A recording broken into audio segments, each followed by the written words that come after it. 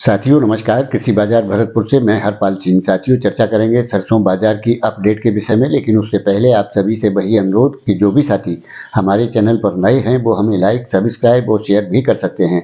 साथियों सरसों के बाजार में मिला जुला असर देखने को मिल रहा है। कहीं बाजार स्टेबल बने हुए हैं तो कहीं बाजारों के अंदर नरमी का रुख देखने को मिल रहा है।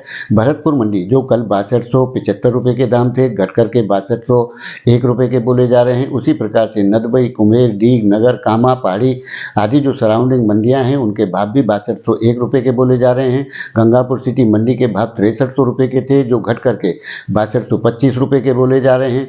दिल्ली के भावों में और चरखी दादरी के भावों में किसी प्रकार का कोई परिवर्तन नहीं है।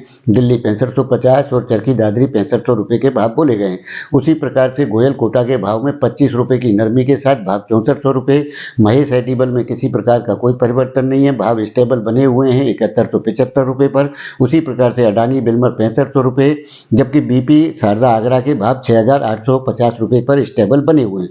साथियों मिला जुला असर जरूर है। मंडियों में मामूली नरमी है, कुछ प्लांटों में 20-25 रुपये की करेक्शन भी देखने को मिल रही है, लेकिन बाजार स्थिर बनता हुआ दिखाई दे रहा है। आने वाले दौर के अंदर बाजारों में सुधार की स्थितियां देखने को मिलेंगी। बड़ी गिरावट या बड़ी नरमी की कोई संभावना फिलहाल के दौर में बाजार में बनती हुई नजर नहीं आती है, क्योंकि आवकों का दायरा सिमट चुका है और विदेशी बाजारों के अंदर भी किसी प्रकार की कोई नरमी का रुख नहीं है। आने वाले दौर के अंदर जिस प्रकार से विदेशी बाजार पाम ऑयल के ऊपर आधारित चल रहा था, जिसपे सोया या सनाइल के जो भाग थे उसी रेट पर चल रहे थे, लेकिन आने वाले दौर के अंदर इस प्रकार की स्थितियों में परिवर्तन के हालात देखने को मिलेंगे, क्योंकि पाम की जिस प्रकार से इंपोर्ट हो रही है उसके चलते उसका जो स्थान है वो सन ऑयल और सोया ऑयल लेता चला जा रहा है, जिसके चलते उनके आयात बढ़ रहे हैं और आगामी दौर के अंदर इन्हीं के ऊपर भावों का बाजारों के अंदर असर देखने को मिलेगा। वैसे तो घरेलू बाजारों की जो स्थितियां हैं, चाहे वो मूंगफली हो, सोया हो या सरसों हो, इन सभी के अंदर एक अच्छे सुधार की स्थितियां देखने को मिलेंगी, क्योंकि घरेलू स्तर पर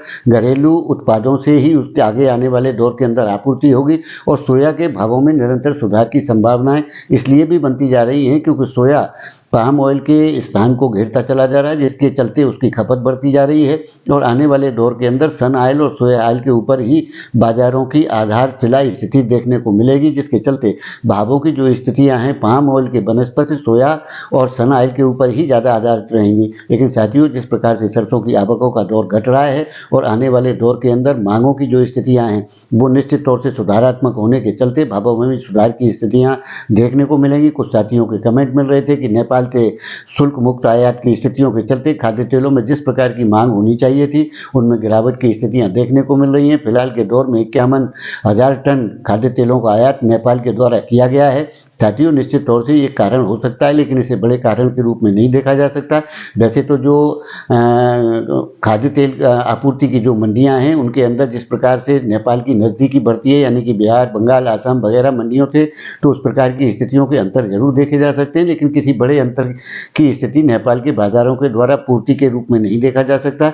घरेलू स्तर पर घरेलू बाजारों के द्वारा ही आगामी दौर की पूर्तियाँ होंगी और उसके असर घरेलू बाजारों में देखने को मिलेंगे।